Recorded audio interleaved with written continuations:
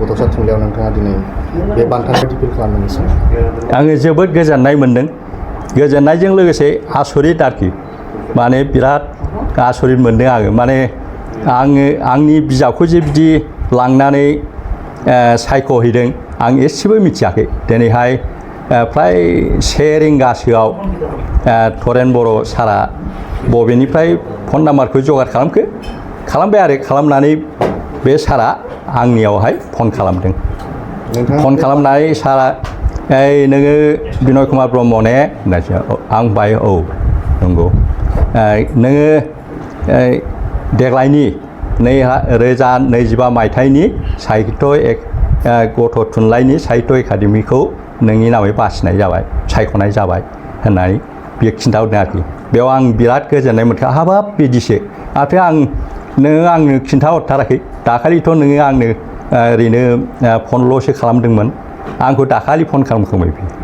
मानो फन खालामदों आं मिथिया आरोखि आङो मा खारन बेखौबो आं सोंहराखैमोन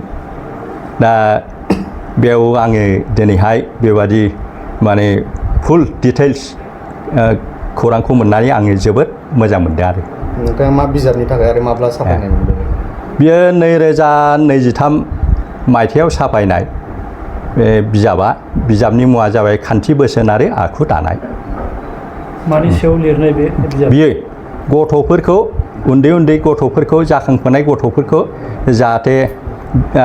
गियान होनो हायो मोजां गियान होनो हायो बेनि थाखाय आङो गोसोखांनानै बे बिजाबखौ लिरनाय जादों आरो दासिम नोंथाङा गांबेसे बिजाब लिरखो दासिम आंथ' गां 30 खान बिजाबसो लिरबाय बेनि मादावहाय गां 25खौ आङो साफायनानै दिहुननो हाबाय दा बिजाब साफायनाय बेलायावहाय जा एनएल पाब्लिकेसन बेनो साफायना होयो आङो खालि लिरग्राल' आरो दा ओमफ्राय गां 30आवहाय 25खौ दिहुननो हाबाय बा बे गांबायाहाय दा बे प्रेसआवनो दङ आरो कम्पिउटाराव दङ बबेबा प्रेसआव दङ बेबादि दंथ'यो दा नोंथाङा ओरैनो प्रफेसनेल हिसाबै मा प्रफेसनेलथ' आङो एकदम सिम्पोल आङो फोरोंगिरि मावनानै जिउ खांबोदों सिगां समाव नोंथाङा सोरनिफ्राय थुलुंगा मोनदों बेबायदि लिरनाय थुलुंगाखौ आङो रावनिबो थुलुंगा मोनाखै आङो 2008 मायथाइयावहाय बे दतमायावहाय थुलुंगा फोथारावहाय बे थुलुंगाफुरि फोथारावहाय बर' साहित्य सभानि कनफारेन्सनिफ्राय आङो बे थुलुंगाखौ मोनदों आरो गावनो गाव ओरैनो थुलुंगा मोनदों बे हिसाबै जिहेतु नोंनि जोनोम जायगा मा गामि गामियाथ' आंना जोनोम जायगा उमानगरावमोन दा आं बाहाय 2000 मायथाइयावहाय फैदों आरो दा आङो UNB vocational high school Habrubari सेरफांगुरि एलेकायाव बेवहाय आङो एसिस्टेन्ट हेडमास्टार हिसाबै खामानि मावनानै दङ जिहेतु नोंथाङा सासे फोरोंगिरि मावनायजों लोगोसे दासिम 30टा बिजाब लिरबाय होनना नोंथाङा बुंदों माबायदि समखौ मेनटेन खालामो नोंथाङा बबे समाव बेबायदि बिजाब लिरनाय आङोहाय टाइमखौ जानला मोनला गारलाबाया बबावबा थांनानै टाइमखौ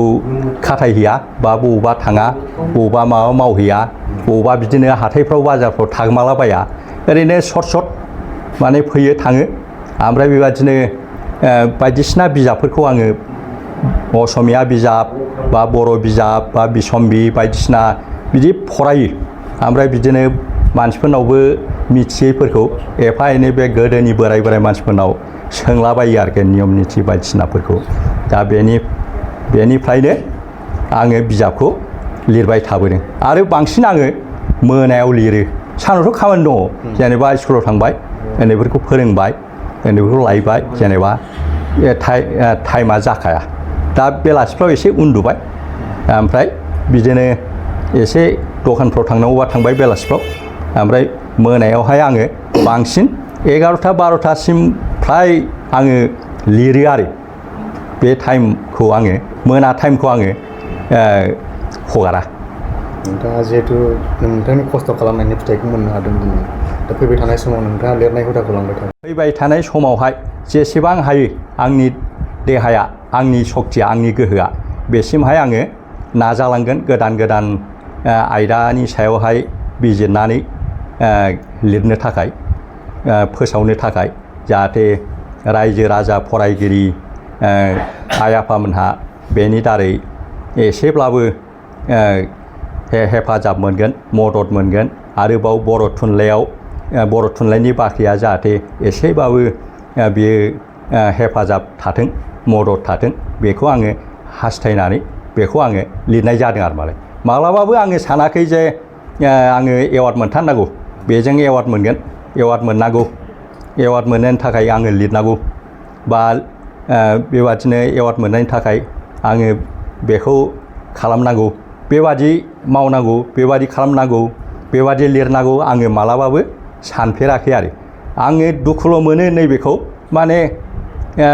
जोंनि मानसिफ्रा मानो बिजाबखौ फराया मानो बिजाबखौ बाया ओरैनो साफायनानैल' दोननाय जायो लाइब्रेरियाव